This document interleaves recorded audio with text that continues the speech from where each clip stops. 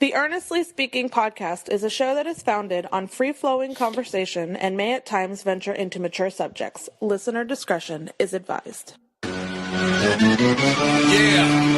Earnestly Speaking podcast.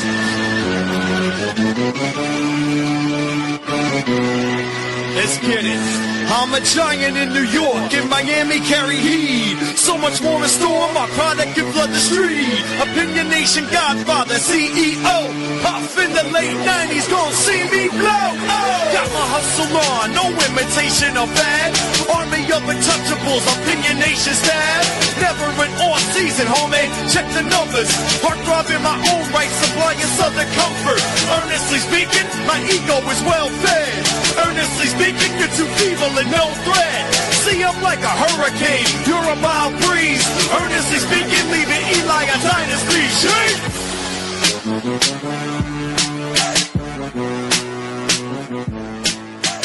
Earnestly Podcast coming to you Thursday morning, June 5th, 2025. It is actually technically the June edition of the Student Report. Of course, the student game himself, Kyle F. and Nash, with us here. What's up, buddy? Oh, that bell. Great to hear the voice again.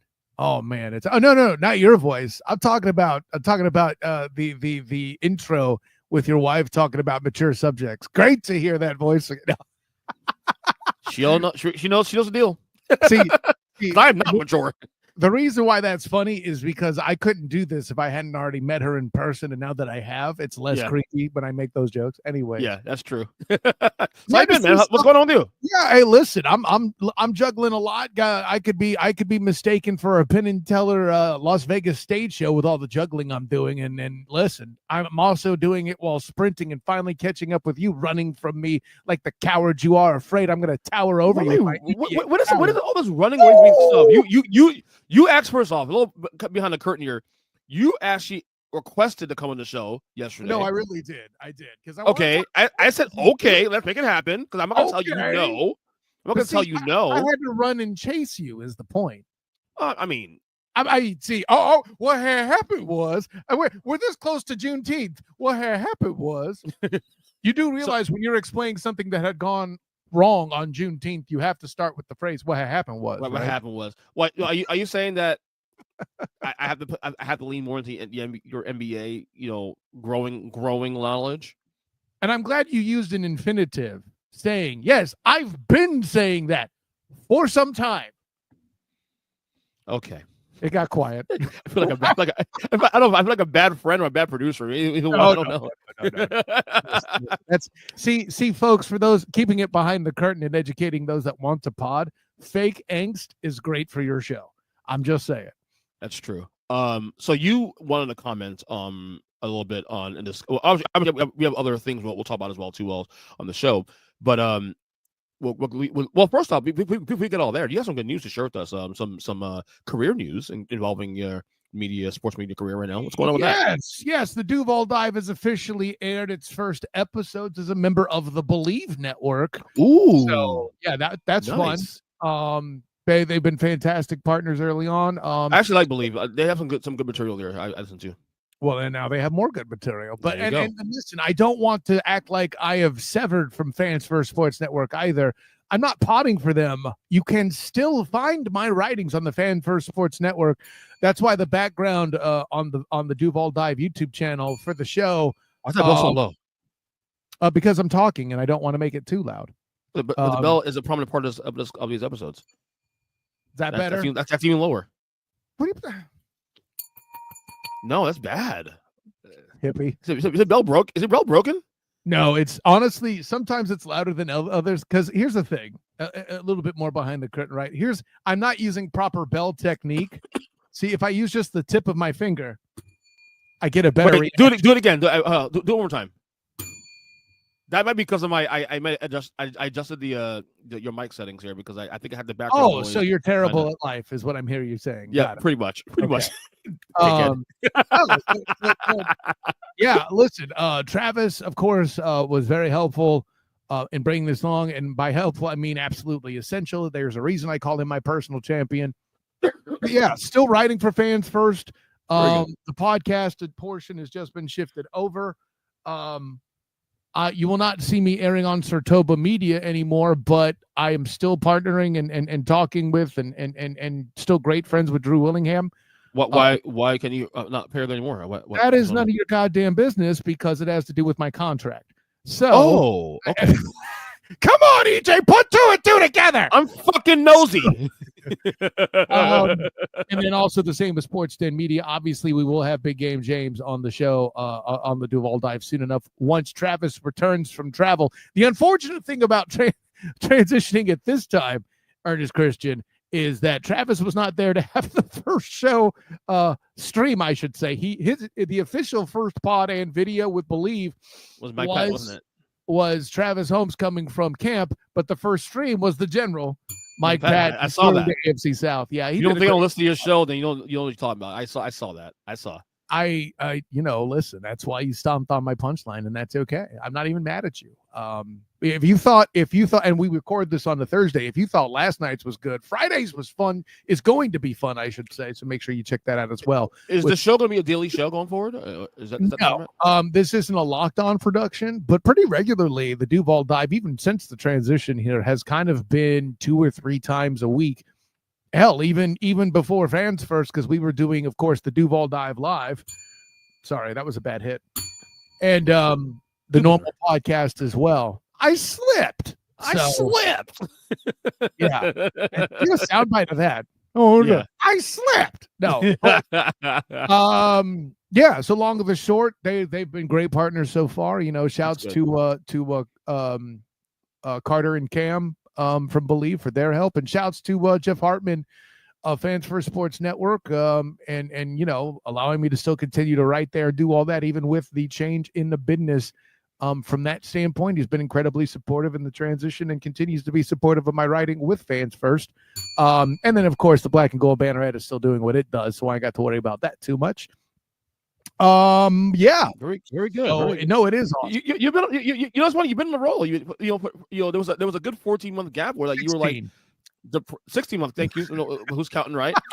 you were ornery, depressed, fucking moody, and all this shit. In the last couple months, you got a new job, and now corporate America was that dumb to not recognize my skills appropriately. I agree. I agree with you. But now you're on the up and up. Now you get there was one point you were talking about maybe like downsizing the whole like sports media thing, and I did downsize it. Have you seen the Student of the Game podcast lately? I can't even hit the bell because it's not currently operating. However, more on that later. You have an announcement on that? No, I don't. I'm just saying more on that later, like literally later, as in not today. Are you gonna ever do that show again? I don't know. That's the thing. I'm in talks for other things that obstruct that. Oh. Okay, I guess maybe nosy again. I'm prying. That's what I do here. I can only give you the details that I'm allowed. I'll pry until you can let me pry. I'll keep prying until you tell me my goddamn business. Well, no, you can ask. I'm just going to keep telling you no. We're on to Cincinnati. We're on to Cincinnati. There you go. We're on to Cincinnati. How's Jordan doing? We're on to Cincinnati. How's Jordan doing? Who the hell is Jordan? What are you talking about? His girlfriend. His Texas girlfriend. See, I avoid. This isn't the day. I don't do that story, to be honest with you. Like, I haven't followed either until like the last couple of weeks. Because and the reason why I bring up your boy DLB is I am very unhappy with how he phrased his video on this topic. Boom, segue. And this is the part where you ask, "What topic is that?" What topic is that? That's actually a great. Thank you. Pocket that. Have my moments. Okay. Yes, that's right, MAGA. Anyways, calm down. MAGA Jaworski. What a name. MAGA Jaworski. MJ Christian, earnestly speaking. Jesus Christ. No, but the topic in question, of course, is the termination of Tom Thibodeau. What a bunch of teas. I like teas. Anyways. Two of them. The way, nice subtlety. This show's fucking off the rails already. Your show is off the rails. That's not how it works. It's the story report. You get a piece of this credit for this one too. Fair. Report. No, but the way that LeBatard worded his video, and I know why he did it. It was for the baits, and this isn't even technically clickbaiting. It's just to ask a thought-provoking question. I just don't like the spirit of asking if Tibbs deserved to be fired, or I think it was like, was it deserved or something like that. I think if you're asking whether or not Tibbs deserved to be fired, you're asking the wrong question, which, by the way, and help me with the names I'm going to forget, because I know I'm going to forget them. But the cavalcade of good performing, either coach of the year or championship winning coaches that have been fired shortly thereafter grows ever longer. Somebody who's only attained an Eastern Conference appearance is supposed to be safer than that. So this is a dumb question coming out the gate.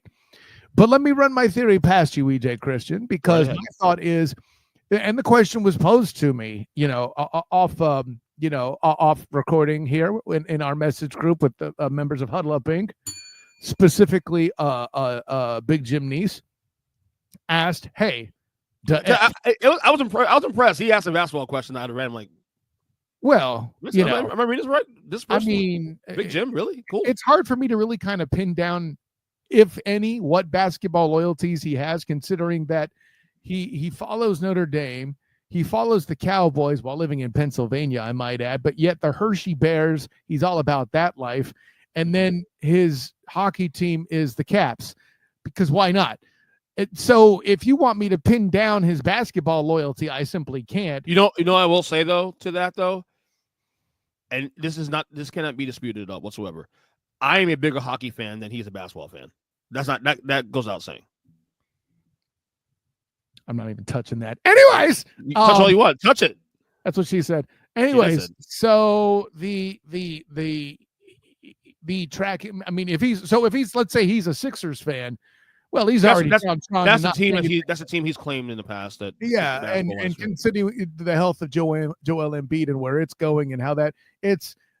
I get it if you're not following basketball first. It's in the tank. Like, yeah, I mean, you have that medallion there in the back. I haven't heard you say "Go Heat, bitch" in some time. For you, it's been more like "No Heat, bitch." So I get it. Which, yeah, I think they should get Kevin Durant too. I just don't think that's going to happen. Anyways.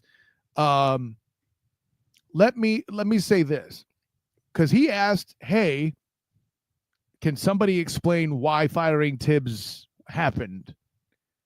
And I'm going to sound like Chris Broussard and saying, "I wouldn't have done this, ... but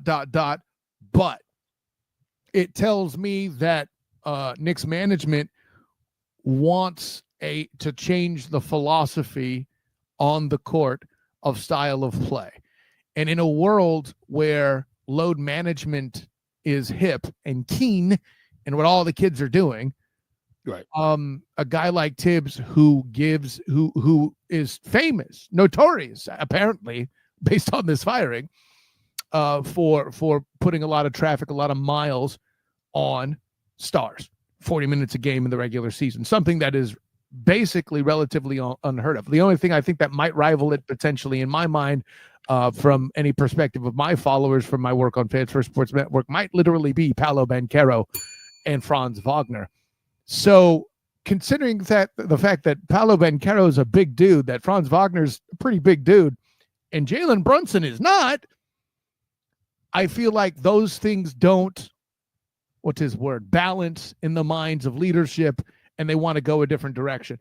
Who they're going to bring in, fuck if I know, but that's kind of my thought process on it too. And I'll say this, EJ Christian, Nick Wright said this, and I'm adopting this because I think he's actually correct.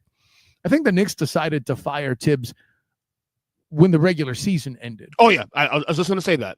And they didn't account for what I told everybody about on this show, on 1010XL in Jacksonville, in the open gym with my friend RJ Saunders, on the You Call That a Hard Foul podcast on the Fans First Sports Network. Whatever the Magic do in round one, whoever plays them, that effect will reverberate into round two. Pair that with me saying Porzingis is essential to Celtics' success, and those two things both came true to help the Knicks cancel him out. Knicks front office didn't see it coming, but I did. And nonetheless, regardless, they had decided to fire Tibbs already. I think only an NBA championship would have saved his job. Or at the final appearance. No, I don't agree. Oh, I don't actual championship. Okay. I think if he got in there and lost to the Thunder, because I mean the Thunder making it, I'm not going to say it was predictable, but it's not shocking, certainly, right? Right. With the fact that the Knicks are already, what is it, 8-19 is the stat they're throwing around against top teams in the East. That's if correct. you can't do that in the East, then what on earth are you going to do against teams out West? You know, with that, it felt like too much of a crapshoot to the leadership. Again, I don't agree.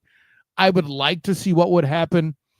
You know, maybe talking with Tibbs about possible changes in strategy, things like that. Or maybe they had that convo and Tibbs was like, hell to the no, and then they moved on. I don't know enough to know yet, and I think that information may still be coming as we record this. I'll put it that way. No, I think everything says are accurate. What you said in the chat was accurate as hell. And by the way, we there's precedence of this already. There's already precedence of this. Yeah. You know, go back to the Bulls in the late '80s with Doug Collins getting fired by the Bulls, and they elevate Phil Jackson. Okay, they were in the Eastern Conference Finals that year too, also. And by the way, they fired him against Jordan's wishes.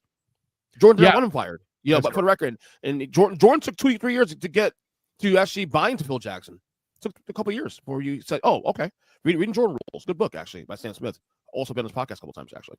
What's the thing? Thank you. Oh, thank you very much. Thank you. You thought you weren't getting one, didn't you? Yeah. I almost begged for it. No, and then you have obviously probably the more recent example of this with Golden State and Mark Jackson. They didn't get the conference finals, but second round of playoffs, and it's a Warriors team upswing. What about the Milwaukee coach that was let go shortly after? What about Nick Nurse? Bullholzer. Thank you. Yeah. Yeah, but that was a little. What about after he won a title? He hasn't won a title though. That's what I'm saying. Right. He won a title and still got canned. If you only, air quotes, get to the Eastern Conference Finals, how the hell are you any safer? But we've been saying, like, people like me have been saying this since last season. Like, for them to get to the next level, they have to change the voice. I was saying back in March and April that I don't think it's a voice thing. I don't think it's a voice thing with Tibbs. I don't. I think he's stubborn as hell. That's accurate.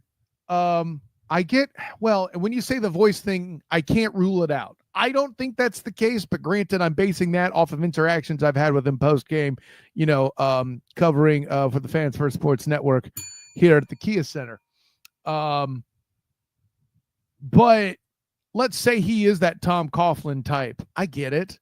And again, I didn't think firing Coughlin was a good idea in Jacksonville the first time. Matter of fact, he went on to win a Super Bowl, but only because he changed. Maybe Tibbs didn't do that, so that's fair. Yeah. I as I said yesterday on the pod I did with my boy Josh, who's a big Knicks fan.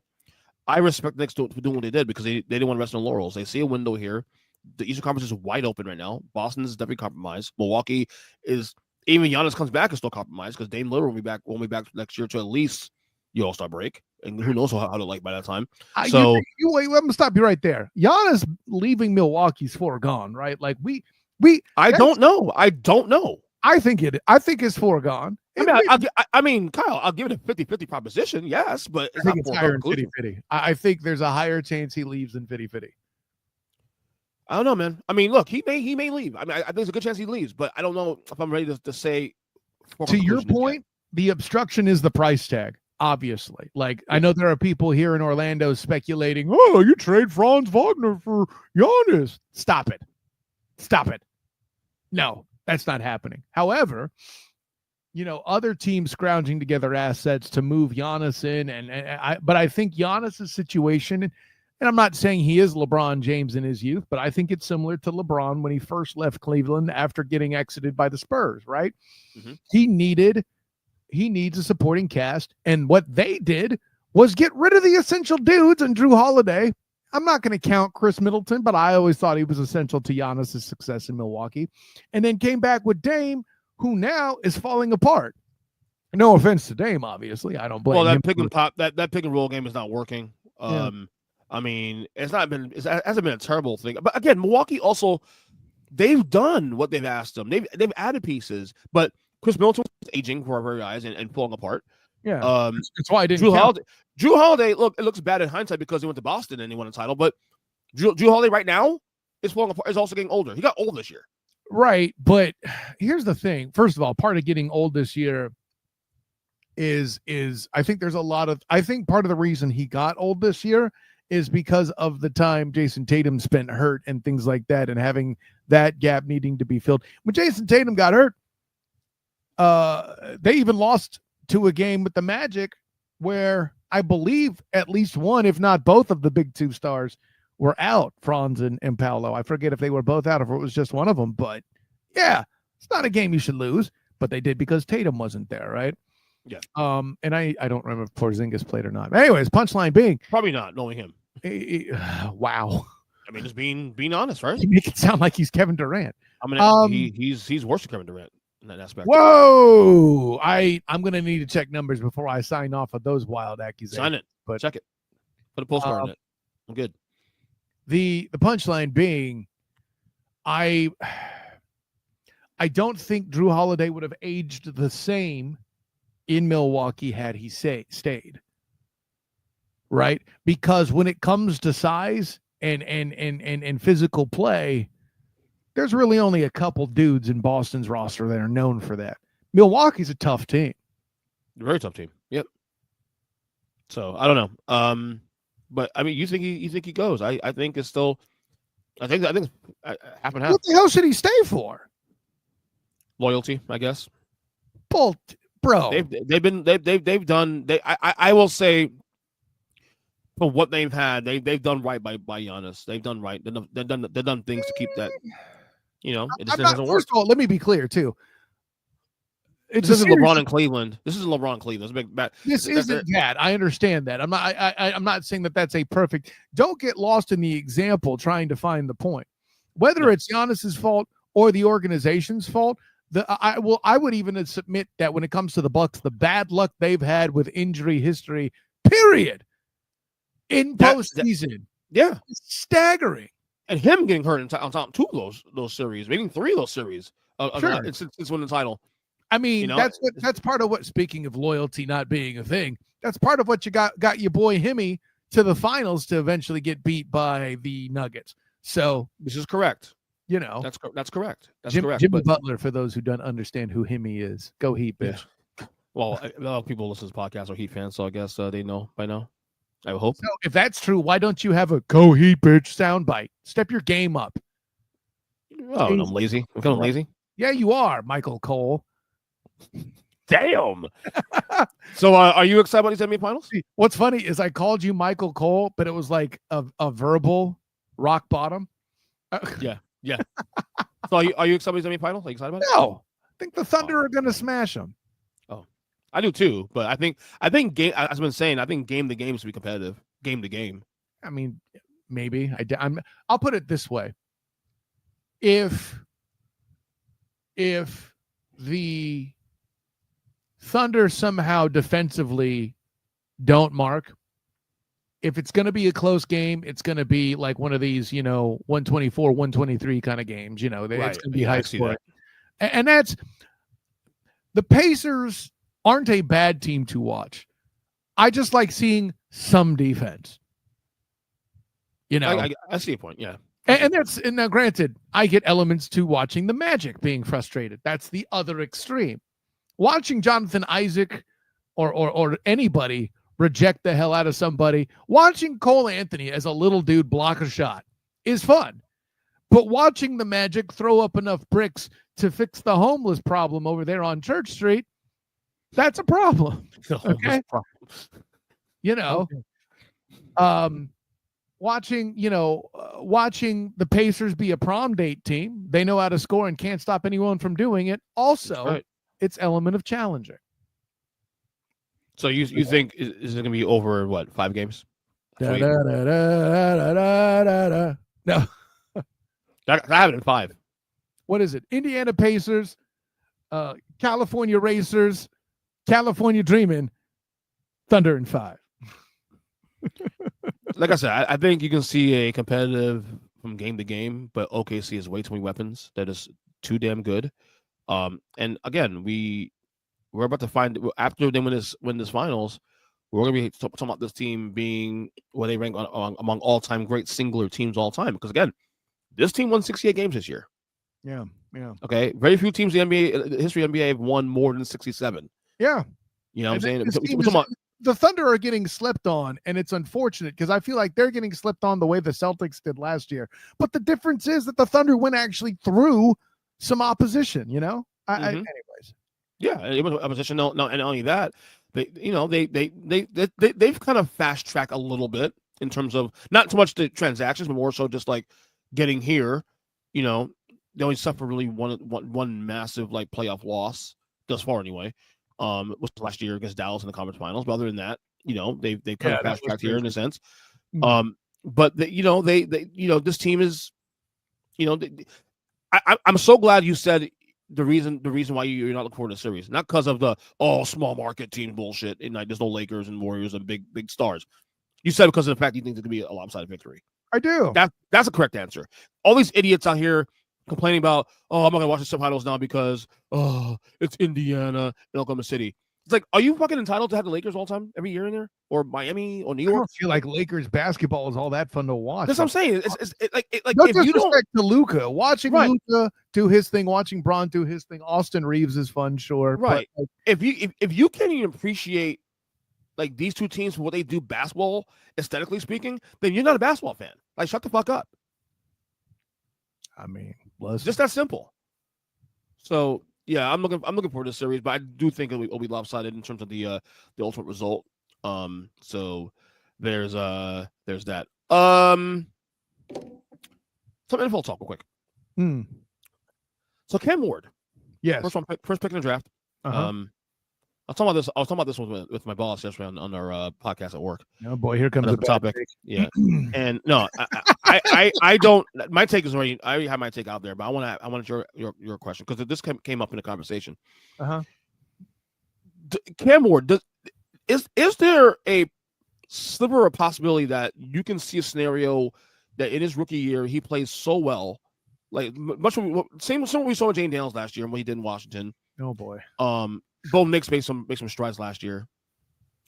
Could you see a scenario, looking to lay the land, looking at the quarterbacks in the league right now and where everything's at, that Cam Ward could have such a good season next year, rookie year, that we're looking at him as a top 10 quarterback in the league? The only success with which I don't laugh you out of the building with that take is the Kevin Garnett defense. Now, for those out there, what is the Kevin Garnett defense? Come on, NBA expert. Oh, anything is possible. There it is. Okay. That's the only defense you have. Okay. Let me walk you through some things that make this absolutely stupid. Okay. You compare him to Jaden Daniels. I'm not here to say that Cam Ward isn't an athlete. He can certainly run. He's not known for doing that. The reason why he's not known for, or the reason why Cam Ward is not known for having to do that is, say what you will about Mario Cristobal there in Miami. That dude comes up with some beef that will sizzle you every time and protect that quarterback with great prowess. Okay. Cam Ward is going to have to deal with life not having that. That Titans line, and you can listen to it actually coming up on Friday. Mike and I talk about this a little bit. We'll talk about this a little bit. But the flux that is the Titans offensive line is problematic. Okay. And I don't, by the way, but Kyle, on the Duval dive, you mentioned the fact that the Jags are in a better shape because they're in flux. Their flux is upgrades at every position. I can't guarantee that for the Titans. So he's going to have to deal with protection issues. Number one. I'm not saying he's Will Levis, let's be clear, but there's that. Two, I really don't have a lot of faith in the Titans and the weapons in the supporting cast. You got a lot of aging dudes that'll do a few things and do enough to teach him the game, but you're telling me Cam Ward is a top 10. What you're telling me is he's going to outperform Patrick LaVon Mahomes II. Okay, well, not Patrick LaVon Mahomes II, but he's going to be just below Patrick LaVon Mahomes II, Josh Allen, Lamar Demetrius Jackson, Joe Burrow, and you pick a number 5. Jalen Hurts, Matthew Stafford at 6, CJ Stroud 7. I agree with you. Because remember the question was broached to me on the show. I said no shot for the same reason you said to also. Matter of fact, it's not just no shot. If I had a soundbite involving Afro Man, it would be appropriate. Because I got high. I don't think it's any shot. I think it's possible, obviously, but and I didn't even get to his schedule. Yeah, he plays the AFC South. That's 6 games. That's significant. He has 4 games featuring the AFC West and the NFC West. Yeah, I don't think it's happened, but I do think he'll show strides. But to expect a top 10 placement from at the end of the year is actually asking a lot. The expectation that people are giving to JJ McCarthy, that would be a victory. I don't think either quarterback meets that level. The difference is JJ McCarthy will be exposed as a quarterback who hasn't been asked to carry a team yet. Because he has weapons there already. He has arguably, in the eyes of many, the best receiver in football. Correct. And arguing probably top 3 or 4 core, because Addison's pretty damn good too. Also, he's gotten there. Yeah. Yeah. So I mean, yeah. No, I'm with you 100%. I mean, I said that it's less about Cam Ward and more about the Tennessee Titans and where they're at. They're terrible. Put this in perspective. There's a better chance that Travis Hunter becomes a top 10 receiver for the Jacksonville Jaguars than Cam Ward is a top 10 quarterback. I agree with that. I agree with that take 100%.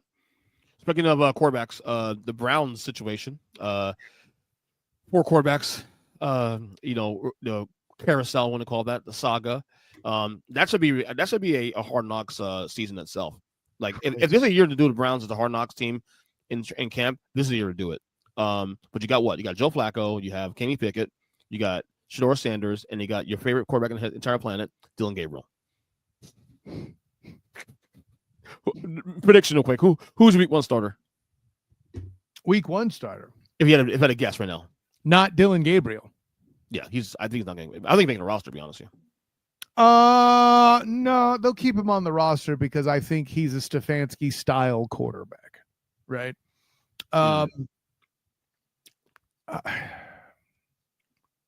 The Kenny Pickett on the roster is fascinating to me. For all the reasons that aren't popular. For one, I think the Steelers passed up on him too soon. I'm not mad that they did. I think Pickett can still be something. I think he has enough to win the starting spot if people are correct about Shedeur Sanders himself being a bit, let's say, overrated in the eyes of many analysts, not even breaking up Mel Kiper preaching from the rooftops about how, they still haven't figured out the quarterback. What I will say is we do have the makings of one hell of a Disney movie that would be financed in part by Deion Sanders himself, should Shedeur Sanders end up starting for this team. Now, the opportunity's there, buddy. The opportunity's there. All of it is moot because come the start of the 26th season, the newest quarterback that the Browns drafted with that 2026 pick that they got from the Jacksonville Jaguars for, among other assets, by the way, for the Travis Hunter opportunity to jump up to number 2 specifically, right? Mm-hmm. That quarterback, either that quarterback they draft with that pick or the quarterback they draft because they have another raunchy season, either way is the guy that will start in 26. I'm fairly certain. But if you are forcing me into being a degenerate and betting on this, it's Shedeur. Week 1 starter. Wow.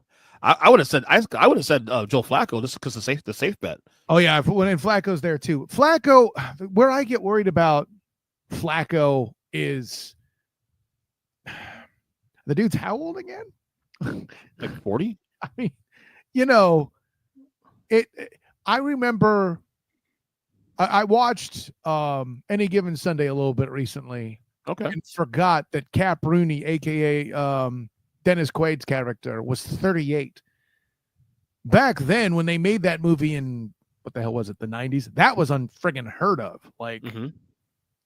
Oh yeah. Like Once you passed 35, you were pretty much damaged goods. Dunzo, yeah. Yeah. They were trying to portray in some element Joe Montana, and I get that. Montana got to 37, 38, right? Didn't he? I feel like he did. No, his career was relatively short, actually, because concussions and such. I forget how old he was when he played for the Chiefs. I'd have to look it up, but I say only 10 or 11 years that he actually played. I'll tell you right now. How old was he retired? Joe Montana at the age of 38. Was it? Okay. So right. Wow. Interesting. There you go. He became a Chief 36 years old. He only played 2 years there. So 36 years old. He became I thought he quit just before. Or I shouldn't say quit. I thought he retired just before 38. But okay, cool. So hey, like I said, I get they're trying to reference Montana, but I won't rule out Flacco as a potential starter. Maybe I have an intrinsic bias to him because I still revolt or just abhor is the correct word. Him having gotten the comeback player of the year over a dude that actually died on the field. Yeah. Shouts to DeMar Hamlin. But I think Shedeur Sanders starting is on the board. His completion percentage cannot be denied. But Kyle, it's only checkdowns and various things. Riddle me this, EJ Christian, with their protection situation and their receiver core, what the hell else is he going to throw except for checkdowns? Exactly. Anyways.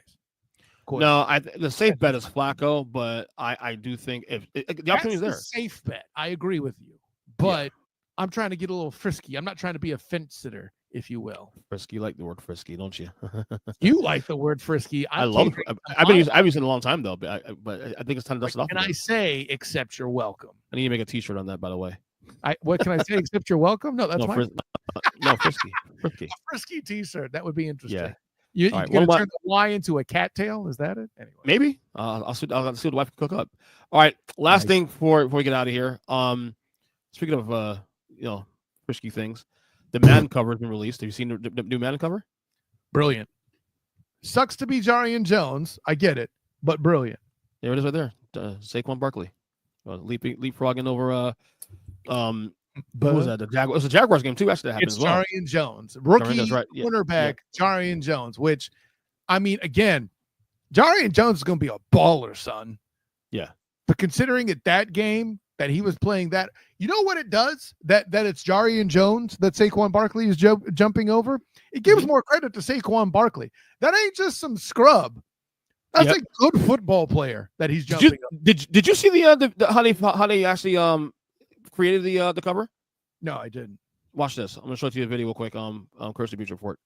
This is great audio pod material, by the way. He says he makes jokes as he stalls for EJ Christian. Woo! Look at that. 3, 2, 1, go! Look at that. Whip. So they basically recreated the whole thing with They basically recreated the. Is that Saquon doing it? Yep. So this dude can do this basically on cue?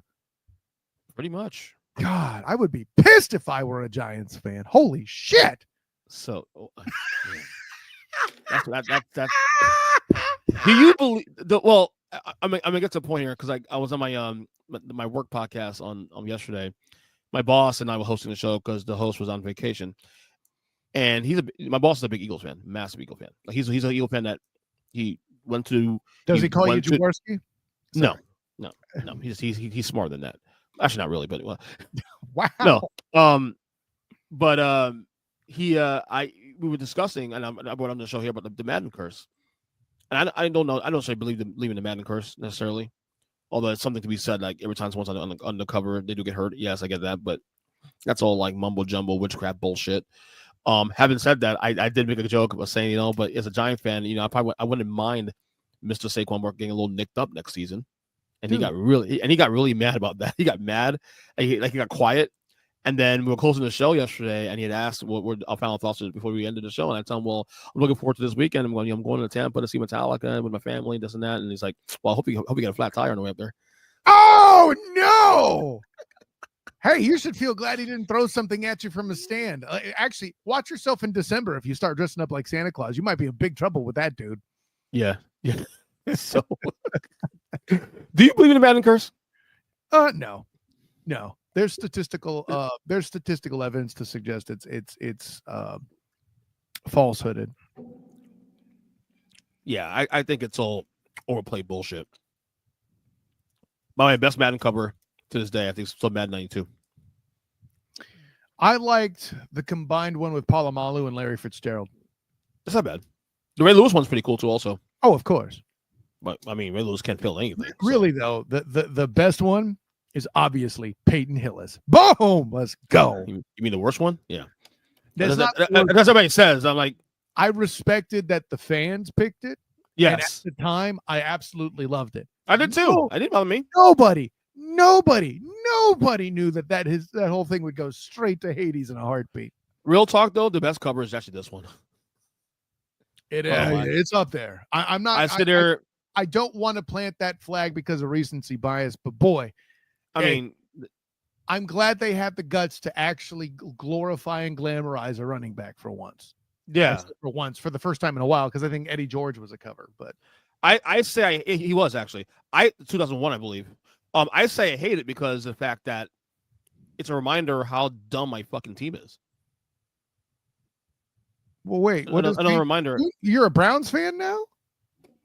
Plug away, bro. I'm done with you. I don't need to do this shit in June. I don't need to do this shit in June, okay? We're not even in September yet, and I'm doing this like, oh, what team are you in for now? Well, I don't know, but you change it all the time. That's not my fault, asshole. What the fuck ever, bro. Plug away. Actually, wait, quick. That thing you're drinking, is that sugar-free lemonade? Yes. Okay. Is that good? Is there another kind? Sugar-free? From our perspective, there shouldn't be. I've never seen sugar-free lemonade before. No, it's a thing, dude. Like you can get sugar-free Kool-Aid. It's the same thing. I'm drinking apple juice with sugar, but it's natural sugar. It's not the because it's only is water and apples, so it is. Yeah, so the sugar's actually. I hear you making excuses, but no, it's fine. I'm joking. I mean, it is low in the GI. It is low in the GI though. Apple juice is very low in the GI number, like glycemic index. It's not low. It's low. It doesn't raise your sugar levels. Get low. Get low. To the window. No, sorry. Okay. Anyway, plug away, Kyle. That's good. That's a good one today. Hold on. Now that we broached the topic, what is the exciting team for you now at this point that you're going to cheer for all over again for the very first time? In the NFL? Yeah. Because the Giants aren't going to look exciting, so don't try to claim the Giants. I'm actually excited. I'm actually intrigued with the Giants this year, actually, to be honest with you. No, you're not. I am. I really am. No, you're not. I think the defense is going to be really good this year. I just think their offense is a big question. Nobody thought the most intriguing team was because you think they might have a really good defense. Okay, who are you actually intrigued by? Okay, this is not because I'm a fan. Yet. Shut up. I'm going to reset again and say the Bears. Oh, I think Caleb Williams. I think people overblow how people say it was bad. I don't think it was bad last year. I don't think he met the expectations. And it certainly didn't help. It certainly didn't help that Bo Nix and Jane Daniels had phenomenal years. So on top of that, they made him look bad. But he didn't have a bad year by standards of how a quarterback is, how a quarterback plays. I think the Broncos are pretty fascinating looking, aren't they? Yeah. The whole AFC West is really. I think the Raiders can be frisky good. I say no. Now, when I say that, when I say that, I mean it could be a 7-10 team that gives people problems. No. You think it'd be worse than 7-10 this year? Yeah. Pete Carroll and that culture? No, you don't believe that? Yeah. Interesting. Yeah. Okay. Yeah. Yeah. I mean, you're going to get a shit ton of Alshon Jeffries. Ashton Genty. You could tell I'm a Niner fan, right? Ashton Genty highlights for damn sure. That's about it. You know what? Starks and Wilkins will get you some defensive sacks. That's true. Yeah.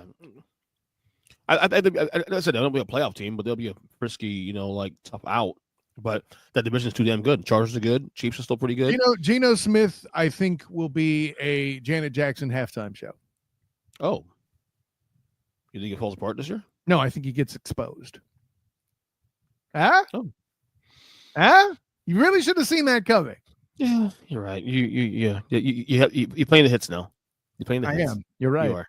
It's only June. Imagine that. In this episode, we had the Janet Jackson halftime show reference. We had the prom date team reference. So yeah, I did play a couple of the hits for this. You're on a roll. You're on a roll. You're on a roll. It's okay. You know, trying to figure out a fan of what team you are. That's one of the hits. You know, that's more an anthology because you keep changing your mind who you want to cheer for. But get out of here. Plug away. Plug all your fucking shit. I'm done with you. I'm done with you. This is June. I'll deal with you in September. I'm giving myself a bell for anthology. You should. I like that anthology thing. That's good. Of course, I am Kyle Nash, the student of the game. You can find me on Instagram, Twitter, Threads, and Blue Sky at the SOTG. Find me on Facebook as the student of the game. Check out my writings with the Fans First Sports Network covering the Jacksonville Jaguars and the Orlando Magic, as well as my work with the Black and Gold Banneret and Night Shift podcast, covering podcast with UCF football and basketball. Follow the Night Shift podcast as well. Most importantly of all, the Duval Dive is a member of the Believe Network. Make sure you check that out and like and subscribe and help me and Travis D. Holmes, my personal champion, reach even newer heights, greater heights. Follow the Duval Dive YouTube channel doing that. Yeah. Podcast, all that stuff. Honor, joy, privilege, EJ Christian. Glad you wait. We don't say this yet. We got to do a proper content soon. Cool. I just realized it's been almost a year since we recorded me, you, and Jim. Yes, you are exposing like on that thing. Yeah, we got to get it in. Yes, you know what? I've kind of, if we're asking me personally, I think Filed for Content is kind of a wash. I'm waiting for the invite from you and Ms. speaking to do that Scrubs episode. Yes, well, and she's in for that. By the way, I told you that she's in for that. Okay, great. Schedule it, because at this point I have to research what I was even thinking, because that's been in the back burner for what, years now. Yeah, we gotta get done. I fucked up too, because when we planned on doing it 4 years ago, it was during the 20-year anniversary, and then I just totally dropped the ball on that one. So what you're gonna do is procrastinate for another year so we can get the 25-year anniversary. That's actually a smart move, to be honest with you. You're such a douche. I am, but I'm not going to do that. I'm going to get it done this summer. So, well, hey, the clock is ticking. I mean, you got to get going here before football season, because I'm about to be busy as hell. If things. That's what I'm saying. It's likewise here. That's why I get all my like really heavy Likewise here. You ain't no football town. I'm terrible. I'm terrible. I do enough football content this thing to stay busy. Trust me. Oh, that's true. You do have me on the Student of the Game report. Yeah, and I've been generate on Wednesdays too, also. So. And then whenever I plug in between I keep forgetting about the degenerate. He's been hiding so well for me. He's actually been like, I spoke to him a couple days ago, but he's been busy, really busy. I mean, I'm being so selfish. I'm talking about me, and I'm talking about him hiding from me. That's what I mean. How do we gotta set something up. If there's a way to get you and him on the show together at some point this summer, like even if it's like a preview show or something. I don't know, a small little conversational thing. I don't know. I'll figure something out this summer. Because we've done it once already. I've done more than one pod with him. So 1-on-1? No. On Earnestly Speaking, it was our quarterback ranking. Yeah, he was on that one, I think. Twice. I believe. We did that 2 different years. Yeah. That was a while back though. Yes, it is. Jeez. I gotta work on that. A tribute to your slacking nature. I'm a bad friend.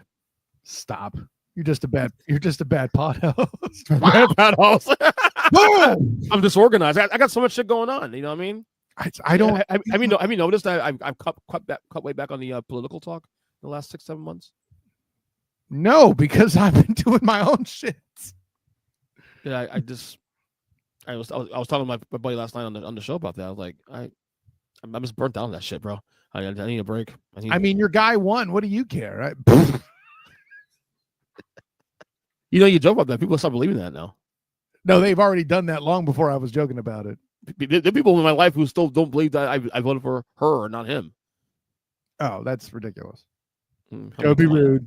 So every time they accuse you of that, you should say, "Don't be rude." Don't be rude. Oh, that's awesome. It's been better though. No, we'll get the schedule fucked up and worked on, and we'll figure it out. You and Jim, hopefully soon, and obviously also the Scrub podcast with the wifey. We'll make it happen. Yes. I mean, we can't call the pod episode "Don't Want No Scrubs" because you're her husband. Boom! That's true. Wow. On that note, see, but that's the thing. I'm taking a shot at you and me at the same time, thus implying we're both scrubby. Scrubs. Yeah. Thank you, TLC. What can I say except you're welcome? That's a completely different song. Moving on. Let's get that. Dismiss me, bitch. In honor to your privilege. Until next time, everyone. Class dismissed.